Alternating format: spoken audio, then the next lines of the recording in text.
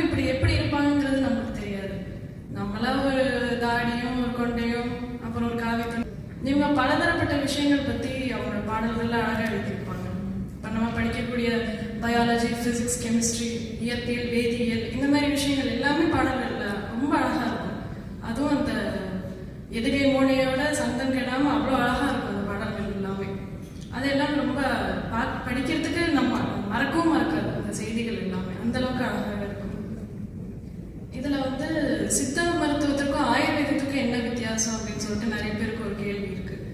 ஆயுர்வேதங்கிறது ரொம்ப கிட்டத்தட்ட 80% ரெண்டுமே ஒண்ணுதான், அதுல எந்த பெரிய வித்தியாசங்கள் கிடையாது.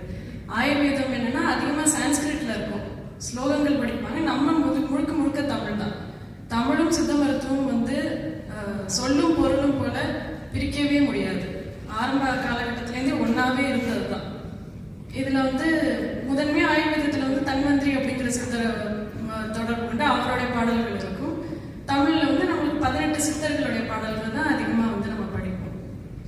இதுல வந்து இன்னொன்னு ஒண்ணு சொல்லணும் கண்டிப்பா. வாத பித்தம் கபம் சொல்லிட்டு எல்லா சித்த மருத்துவர்களும் அடிக்கடி சொல்லுவாங்க. இது முதல்ல வாத பித்தம் கபம்ங்கிறதே தமிழ் வார்த்தைங்கிறது நம்ம சொல்ல முடியாது, அது வந்து சான்ஸ்கிரிட்டைஸ்டு தான். தமிழ்ல முறைப்படி நம்ம சொல்லணும்னா வழி அழல் ஐயம். நம்ம மருந்து அதிகாரத்துல முதல் குறளே வந்து மிகினும் குறையினும் நோய் செய்யும் நூலா வழி முதலை எண்ணிய 3 அப்படின்னு தான் இருக்கும். அந்த வழி முதலை எண்ணிய 3 அப்படிங்கிறது வழி அழல் ஐயம். வலிங்கிறது வாதம், அதாவது வறட்சின்னு சொல்லலாம். அழல் அப்படிங்கிறது பித்தம் இல்லாட்டி சூடு, இன்ஃப்ளமேஷன் அப்படின்னு சொல்லிட்டு மாடர்ன் டெர்மினாலஜில சொல்லுவாங்க. கபம் அப்படிங்கிறது வந்து ஐயம் அப்படிங்கிற வார்த்தை தான். இதுதான் முறைப்படி தமிழ் வார்த்தைகள். நான் என்னைக்குமே என்னோட பிராக்டிஸ்ல வந்து வலி அடல் ஐயங்கிற வார்த்தை மட்டும்தான் நான் பயன்படுத்தேன். இந்த ஐயங்கிற வார்த்தையுமே வந்து நிறைய தமிழ் பாடல்கள்ல இருக்கு, நம்ம இன்னும் கொஞ்சம் எடுத்து பார்த்தா தெரியும். ஃபார் எக்ஸாம்பிள் இது தேவாரத்தை திருஞான சம்பந்தர் எழுதின தேவாரத்துல கூட ஒரு பாடல் இருக்கும். புலனெங்கும் பொறிக்கணங்கி நெறிமைக்கு அறிவு அழிந்துட்டு ஐயமே முந்தி.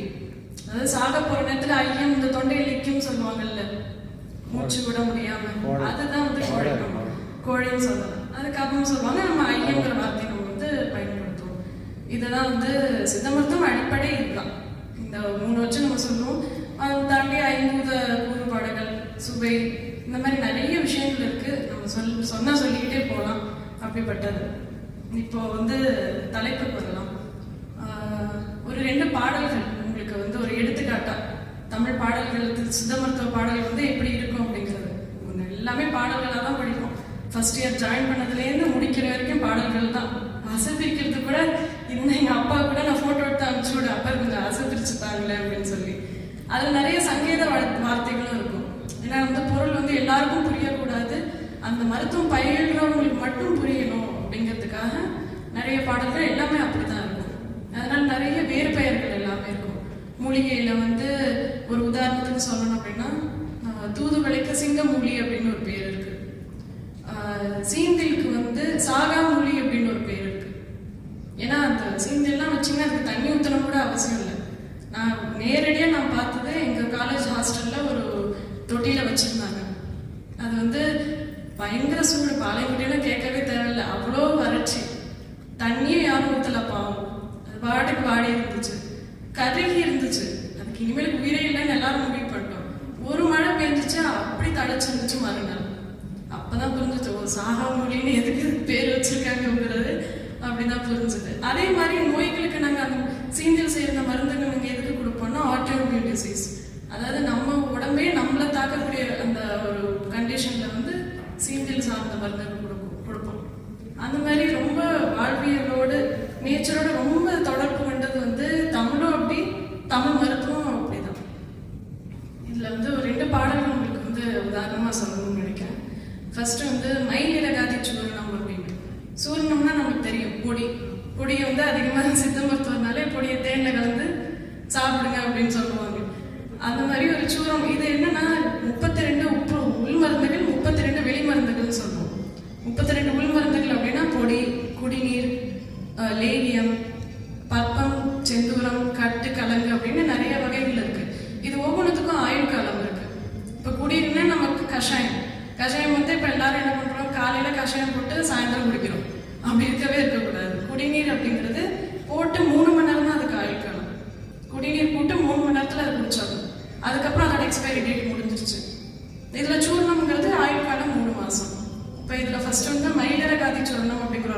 பாடல் சொல்றேன். அதாவது இது மயில் இறக வச்சு பண்ணக்கூடிய ஒரு சொல்றோம். இது வந்து விக்கல் நோய் அப்படிங்கிற நோய்க்கு கொடுப்பாங்க. விக்கல்னா உண்மையிலே ஹிக்கப்ஸ் தான். அது வந்து சித்த மருத்துவத்தில் இன்னொன்று ஒரு விஷயம் என்னன்னா, நோய்களை வந்து இப்போ நம்ம தான் டயபெட்டிஸ், ஹைப்பர் டென்ஷன் அப்படின்னு சொல்றோம். சித்த மருத்துவத்தில் வந்து நோய் குறியீடையே நோயா சொல்லுவாங்க. விக்கல் அப்படிங்கிறது நம்ம சிம்டமா சொல்லுவோம். அதுல விக்கல் நோயினே இருக்கும். இப்போ விக்கல் நோய்னா அது என்னென்ன காரணங்கள், அதுக்கு என்னென்ன மருந்து அப்படி. அதே மாதிரி இருமல், இருமல் நம்ம காஃபுங்கிற சிம்டமா சொல்லுவோம். இருமல் நோய், அதோட வகைகள் என்ன, நோய் வருவதற்கான காரணம், நோய் வரும் வழி, அப்புறம் அதோடைய டைப்ஸ், அந்த மாதிரி வகைப்பாடுகள் இருக்கும். இப்போ இந்த விக்கல் நோய்க்கு வந்து பாடல் நான் சொல்றேன், கேட்டுக்கோங்க. 8 திப்பிலி ஈரைந்து சீரகம், கட்டுத்தேனில் கலந்துண்ண விக்கலும், விட்டு போகும் விடாவிடில் புத்தகம், சுட்டு போடியான் தேரணும் அல்லனே அப்படிங்கிறதான் பாடல். இதுல அந்த 8 திப்பிலி எல்லாரும் புரிஞ்சிருக்கும். 8 பங்கு திப்பிலி, ஈரைந்து சீரகம், 10 பங்கு சீரகம். இதுல ஈரைந்து சீரகம் 10 சீரகம்னு சொல்லியிருக்கலாம். ஆனா பாட்டு கொஞ்சம் கேட்கறதுக்கு நல்லா இருக்கணும்னு சொல்லிட்டு ஈரைந்து சீரகம் அப்படின்னு. எப்பவுமே நம்பர்ஸ் வந்து மல்டிப்ளிகேஷன்ஸ்ல தான் வந்து தமிழ்ல நிறைய பாடல்கள்ல இருக்கும். நம்ம ராமாயணத்துல கூட கைகை வரம் கேட்பாங்கல்ல ராமன்ட்ட, ஆடி சூழ் உலகம் எல்லாம் வரதனையால நீ போய் தாழ்ந்து சடைகள் தாங்கி தாங்கிற தவம் மேற்கொண்டு பூடி வெண்காணும் நன்னி புண்ணிய துறைகள் ஆடி 7 ஆண்டில் வா. 14 ஆண்டுகள் கூட சொல்லியிருக்காங்க. ஆனா 7 ஆண்டில் வான்னு சொல்லியிருக்காங்க. அதுலயுமே வரம் கேட்கிறப்பயுமே வந்து நல்லா பாட்டு நல்லா அழகா இருக்கணும் கேட்கறதுன்னு சொல்லி அப்படி கேட்டிருக்காங்க. அதுல என்னன்னா 7 ஆண்டில் வா என்று இயம்பினான் அரசன். இவங்க சொல்லலையா, அரசன் சொன்னாராம் இன்று இயற்கையான அரசன். அவர் பாவம் 14 ஆண்டுங்கிறது அவருக்கே தெரியாது. அவர் அங்க மயக்கம் போட்டு கிடப்பாரு. தெரிஞ்சிருந்தா கூட ஓரளவுக்கு அப்படியே அப்படின்னு சொல்லி எந்திரிச்சு உட்காந்துருப்பாரு. அது கூட தெரியல பாவம். அந்த மாதிரி நம்பர்ஸ் எல்லாம் ரொம்ப அழகா இருக்கும். இப்படிதான் சொல்லுவாங்க தமிழ்ல நிறைய பாடல்ல. 8 திப்பிலி ஈரைந்து சீரகம், கட்டு தேனில் கலந்துண்ண விக்கலும், தேன்ல கலந்து சாப்பிடணும். இதோட சேர்த்து சாப்பிடணும் புத்தகம். புத்தகம் அப்படின்னா மயில், மயிலோட இறகு, அதுதான் வந்து இந்த பாடல்ல சொல்லியிருக்காங்க. சுட்டு போடியான் தேரணும் அல்லலே. அந்த மயிலிறகு சுட்ட சாம்பலாக்கி இதோட சேர்ந்து கலந்து சாப்பிட்டா விக்கல் போகும். யான் தேரணும் அல்லனே ஏன் முடிக்கிறாங்கன்னா, இது வந்து தேரையரோட பாடல். அவர் வந்து கொடுத்து பாரு விக்கல் நிக்கலன்னா அப்படி பேர் தேரையர் இல்லை அப்படின்னு சொல்லிட்டு ஒரு சேலஞ்சிங்கா தான் இந்த பாடல் வந்து இருக்கும். கொடுத்து பாரு கேக்குதா இல்லையா பாருங்கிற மாதிரி அவரோட பாடல் எல்லாமே. பாடல் நம்ம படிச்சாலே இது இந்த சித்தர் தான் வந்து பாடிப்பாரு அப்படின்னு சொல்லிட்டு ஒரு நம்மளுக்கு ஒரு எஸ்டிமேஷன் இருக்கும். அந்த மாதிரி ஒவ்வொரு சித்தருக்கும் வந்து அவர் ஒரு தனித்துவம் இருக்கும் அவர்களுடைய பாடல்ல. இது ஒரு பாடல். இன்னொரு பாடல் வந்து இது ஒரு சின்ன இன்டராக்ஷன் மாதிரி இருக்கட்டும். பாடல் நான் சொல்றேன், ஒரு தடவை இல்லாட்டி 2 தடவை சொல்றேன். அதுல உங்களுக்கு எந்த வார்த்தை உங்களுக்கு பிடிபடுதுங்கிறத பாருங்க. பாடல் வந்து இது ஒரு மருந்தோட ப்ரிப்பரேஷன் தான், சங்கு பற்பம் அப்படின்னு சொல்லிட்டு. நான் முன்னாடி சொன்னேன் இல்லைங்களா, ஒரு மருந்துக்கும் ஒரு ஆயுள் காலம் அப்படின்னு சொல்லிட்டு. இதுல பற்பங்கிற ஒரு டைப் ஆஃப் மருந்துக்கு வந்து ஆயுள் காலம் 100 ஆண்டுகள். அதாவது இப்ப நான் 2025ல சங்கு பற்பம் நான் பண்றேன் அப்படின்னா அந்த பற்பம் வந்து 2125 வரைக்கும் இருக்கும். நம்மலாம் போயிடுவோம், மருந்து இருக்கும். அந்த மாதிரி அப்படிப்பட்ட மருந்து அது 100 ஆண்டுகள் ஆயுள் காலம் இருக்கு. இதுக்கு செய்முறை ரொம்ப ஈஸி தான். ஒரு சங்கு, நல்ல ஊசி சங்கு எடுத்துக்கணும். அதோட ஆகாய தாமரையோட இலையை எடுத்து நல்லா மைய அரைச்சு அதுக்கு கவசம் பண்ணணும். கவசம் பண்ணி ஒரு 2 சட்டிக்கு இடையில உள்ள வச்சு சீலை மண் வச்சு நல்லா சீல் பண்ணி அது புடம் போடணும். எரிச்சதும் 24 hours நல்லா எரிஞ்சு சாம்பல் ஆகும் உள்ள. அது எப்படின்னா காத்துக்கு பறந்துடும். நாங்கள் பேஷண்ட்ஸ்க்கு டோஸ் பண்ணுறது ஒரு அரிசி எடை தான். ஒரு சின்ன ஒரு இதை வச்சு எடுத்து ஒரு ஸ்கேப்பல் மாதிரி உள்ள ஒரு இன்ஸ்ட்ருமெண்ட் வச்சு எடுத்து கொஞ்சம் கொஞ்சமாக ஒரு சின்ன டோஸ் பேப்பரில் போட்டு அப்படி தான் மடிப்போம். காற்று படாத இடத்துல தான் மடிக்கணும், ஏன்னா அது காற்றுக்கு பறந்து போயிடும். பேஷண்ட்டும் அதுக்கேற்ற மாதிரி நல்லா ஃபேனை போட்டுட்டு உட்காந்து அது திறந்து சாப்பிட முடியாது. காற்று படாத இடத்துல தான் அவங்க அதை பிரித்து அதில் தேன் கலந்து அப்படி தான் சாப்பிடணும். அப்படிப்பட்ட மருந்து அது. இப்படி இந்த மருந்துக்கு வந்து உடைய பாடல் வந்து எப்படி இருக்கும்னா, நான் சொல்றேன் கேட்டுக்கங்க. அதுல என்ன வார்த்தை உங்களுக்கு வந்து காதுக்கு படுது அப்படிங்கிறத நீங்கள் பார்த்துக்கோங்க. பாடல் வந்து இப்படிதான். வெண்பனில பற்பம் எவர் உண்பவருக்கு மென்புணிர மிக்கும் வரிசை பண்பினை உரைக்கில் ஒரு கண்புகை இருட்டலறு மஞ்சிய பைத்தியம் வருமே விண் பதும பத்திரி அறை சங்கின் விசை அப்பதனை விஞ்சுரில் வைத்திருப்பகல் எஞ்சு புடமிட்டு அதை உண்கிறது முத்தின் அளவு விண்பமிகு பத்தியம் லகுவே.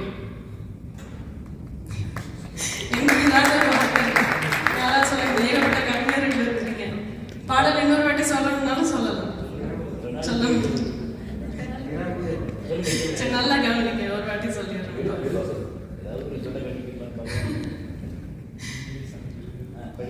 வெண்பனில பற்பம் எவர் உண்பவருக்கு மென்பொனிரம் மிக்கும் அதிசை பண்பினை உரைக்கில் ஒரு கண்புகை இருட்டலரை மிஞ்சிய பைத்தியம் அருமை விண் பதும பத்திரியாரை சங்கின் மிசை அப்பதனை விஞ்சுருவி வைத்தொரு பகல் என்று புடமிட்டு அதை என்கிறத முத்தின் அளவு விண்பமிகு பத்தியம் லகுவே.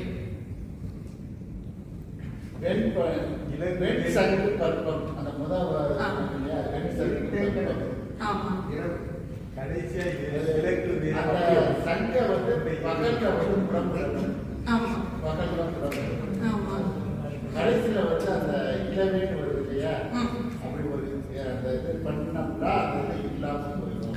பத்தியம் பத்தியம் லகுவே. பைத்தியம், உண்மையிலே பைத்தியம் இருக்கு. அந்த பாடல பைத்தியங்கிற வார்த்தை இருக்கு. ஒருத்தவங்க கவனிச்சிட்டாங்க.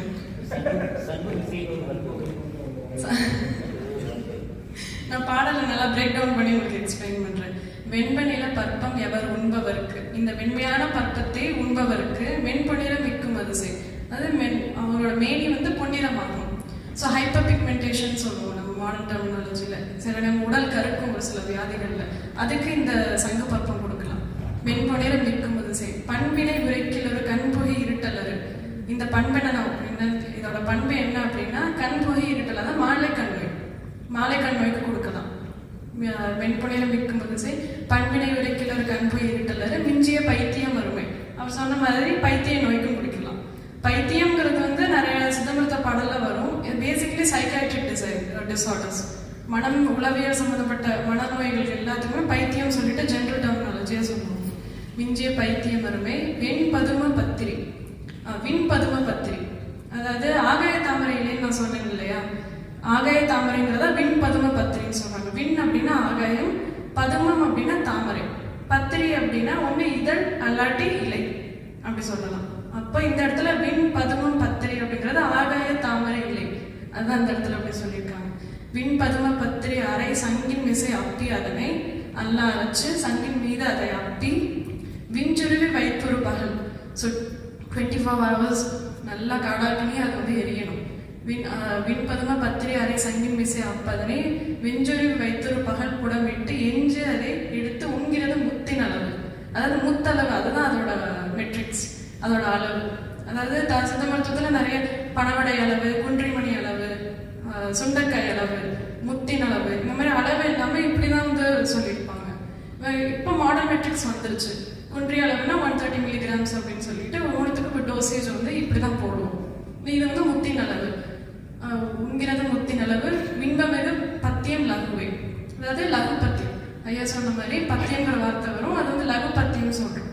பத்தியம்ல நிறைய வகைகள் இருக்கு. கடும் பத்தியம், லகு பத்தியம், இச்சா பத்தியம், அப்படி பத்தியமே இல்லாம ஒரு சில மருந்துகள் இருக்கு. அது வந்து சாதாரணமா நம்ம சாப்பிடலாம். அந்த மாதிரி இந்த இடத்துல எப்படி வரும். இப்போ வந்து ஒரு பாடல் அப்படின்னு பார்க்க போனோம்னா நிறைய, அதாவது அந்த சேரும் சரக்குகள், என்னென்ன இன்க்ரீடியன்ஸ் தேவைப்படுது, எந்த அளவில் தேவைப்படுது, அதை வந்து எப்படி ப்ரிப்பேர் பண்ணணும், எப்படி அரைக்கணும், அது எந்த இன்க்ரீடியன்ஸ்க்கு அடுத்து எது நம்ம ஆட் பண்ணணும், அதுக்கடுத்து எந்தெந்த தீரும் நோய்கள், அப்புறம் வந்து அதுக்கான துணை மருந்து அல்லது அனுபானம் தேன், அந்த மாதிரி தேன், பால், தயிர், இப்படி துணை மருந்து அப்படின்னா இன்னொரு மருந்து வந்து அதுக்கு துணையாக நம்ம கொடுத்தா இதோட எஃபெக்ட் வந்து நல்லா இருக்கும் அப்படின்னு சொல்லிட்டு இன்னொரு மருந்தை வந்து இதோட சேர்த்து கொடுக்கணும்னு சொல்லி துணை மருந்து நம்புறோம். அந்த மாதிரி அப்புறம் தீரும் நோய்கள், அப்புறம் இதுக்கான பத்தியம் அப்படிங்கிறது அதோட ஸ்ட்ரக்சர் இப்படி தான் இருக்கும். பாடல்லாம் ரொம்ப நீளமாக இருக்கும், ஆனால் எல்லா பாடலும் ரொம்ப அழகாக இருக்கும். வந்து நிறைய நம்மளோட இலக்கியங்களுடைய தாக்கங்கள் எல்லாமே அந்த பாட்டிலேருந்து, இலக்கியங்கள் நம்ம படிக்கிற ஆளுங்களாக இருந்தால் சித்த மருத்துவ பாடல்கள் எடுத்து படிக்கிறப்போ ரொம்ப சந்தோஷமா இருக்கும். ஏன்னா நிறைய அந்த சந்தமும் சரி, அதில் இருக்கிற இந்த, அதுவும் முக்கியமாக இந்த பாடல் வந்து எனக்கு முதல்ல ரொம்ப படிச்சப்போ ஏன் ரொம்ப பிடிச்சது அப்படின்னா, கேட்க அந்த அப்படி திருப்புகள் மாதிரி இருக்கும். ஆமா, ஓசை வெளிபாரதத்தில் இருக்கிற ஓசையும் அப்படி இருக்கும். முத்தித்தரு பத்தி திருநகை அத்திக்கிடு சத்திச்சர முத்திக்குறு வித்துக்குறு வரை என்ன வரும். அந்த மாதிரி வெண்பனில பக்கம் எவர் உண்பவருக்கு அந்த மாதிரி ஒரு சந்தம் இருக்கும். இந்த மாதிரி நிறைய பாடல்கள் சொன்னால் சொல்லிகிட்டே போகலாம். ஆனால் ஆழி எப்படி அளவிட முடியாத அப்படிப்பட்ட மருத்துவம் சித்த மருத்துவம். அதனால இப்போ நான் 2 பாடல்கள் மூலியமாக உங்களுக்கு ஒரு சின்ன ஒரு இன்சைட் கொடுத்துருப்பேங்கிறது எனக்கு தோணியிருக்கு. அந்த வாய்ப்புகள்